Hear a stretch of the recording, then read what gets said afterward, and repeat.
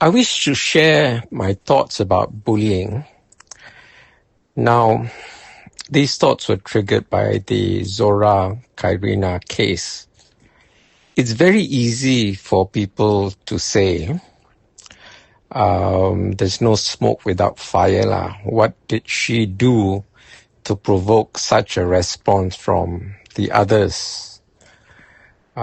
She must have done something, that the others decided to retaliate against her. I'm not saying their retaliation was justified, but I think there's more to it than what meets the eye, and it deserves some investigation. And an investigation like this is not that difficult. If you know anything about management, you isolate all the suspects and you play a game called Prisoner's Dilemma. If you don't know what Prisoner's Dilemma is, please look it up. I can't be bothered to explain to those who don't understand simple management things. However, having said that, there are some truly evil people who will bully you for no reason, okay? Well, at least no reasons to do with you. I know at least of 2 cases where they have very strict fathers at home and then they take it out on other people in school. This is a known phenomenon in psychology called transference. So it's like the boss scolds the father goes home, scolds the child, and then the child kicks the cat, So those are examples of transference. I want to talk about my primary school days, and I'm going to name names, okay? No holds barred. If you know these people, or if you're one of them mentioned, then let it be known that after 50, 60 years, karma has come to bite you in the backside, okay? So the first bugger I want to talk about is a guy called Ahmad Tarmizi. I don't know his full name being what. He has a brother by the name of Zulkifli, who was elder brother by the name of Zulkifli, who was a prefect. And this Ahmad Tarmizi used to threaten me if I don't buy him drinks. I had to buy things like Magnolia milk. They had, I think, 2 flavors, strawberry and chocolate. They were 15 cents a bottle. Or Kickapoo, which was, I think, 20 cents, or Coca-Cola, Pepsi were 25, So anyway, one day, I thought had to because, otherwise he will get the brother to get me for something, being a prefect, he can arbitrarily do something to me. Until one day, my father asked me, how come you look so dehydrated? Didn't you buy a drink at school? I said, no, I used the money to buy for someone else. So he asked me why I bought. I said, he forced me, otherwise he threatened to get his elder brother, the prefect, do something to me. And that was when I learned that it was wrong, okay?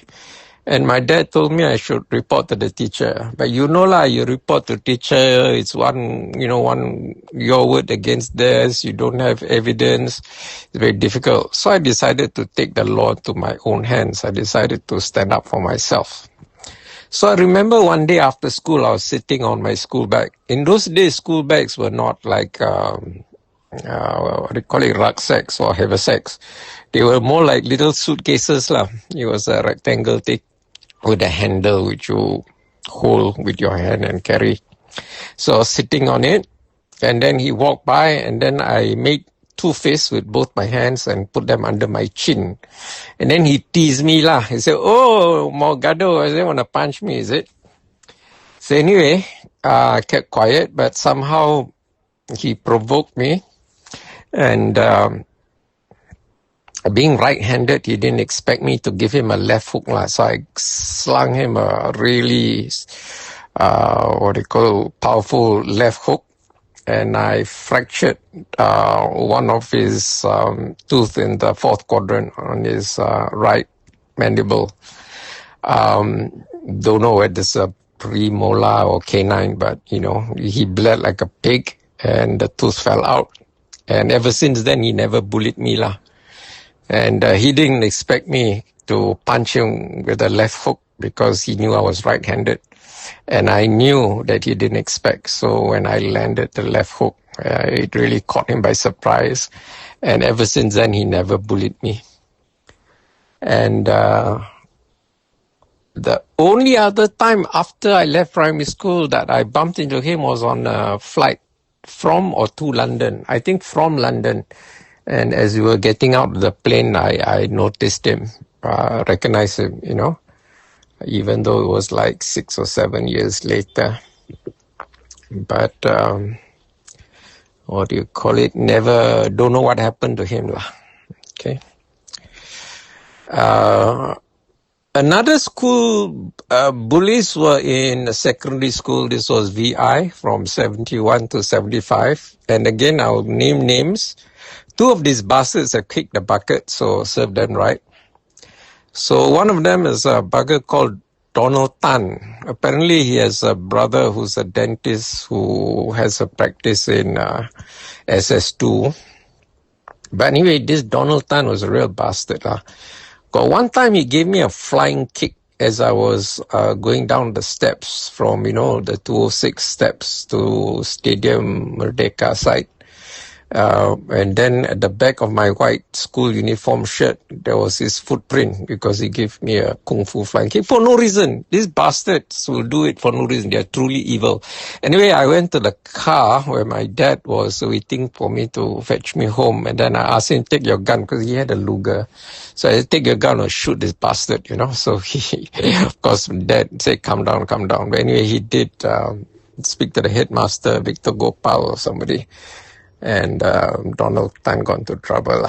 But anyway, I heard he kicked the bucket, so very good lah. The world doesn't need bastards like him. Another fucker is this guy called Rajendranath Panika. Now, his father was a major in the army and very strict. Used to be very strict on him. And again, because of transference, he'd bully people lah. And also, I think he was one of those gifted people who get bored in school because they're so intelligent. They can understand everything quickly. So, school for them is very boring and waste of time. So they come up to mischief. Because also in chemistry class, he used to take beakers of concentrated acid and pour into the sink, and then all sort of funny colored gas will come out and all that. Whereas other people, with concentrated acids, you'd use a fume cupboard, you take it very gently with a pipette, that kind of thing. His bugger would take a whole beaker of concentrated hydrochloric acid, sulfuric acid, and mix it with don't know what in the lab sink, Anyway, the reason I mentioned that he is intelligent because he ended up in New Zealand as a professor of chemistry. I bumped into his sister, I can't remember the sister's name, who was a member of the Malaysian Nature Society. Because they had the same surname, Paneka. So I just asked whether, you're related. And he said, yeah, that's my brother. So anyway, that bastard is now, or was probably retired now, professor of chemistry somewhere in New Zealand. And he used to pick fights with people. There was one day I defended myself with a cutter, with the blade come out, and he bled. He somehow punched it or what. But he denied that he got hurt. There was blood, a drop of blood on the desk, but he said it wasn't his. And it certainly wasn't mine. So that was very strange. Sometimes, like paper cut, it's so sharp, you don't feel anything. Anyway, bugger, I don't know whether he's still alive or kicked the bucket, but he's useless fucker. Next one is Ko Yan Huat. Khoreanhuat. Last I heard, this bugger emigrated to Canada or US.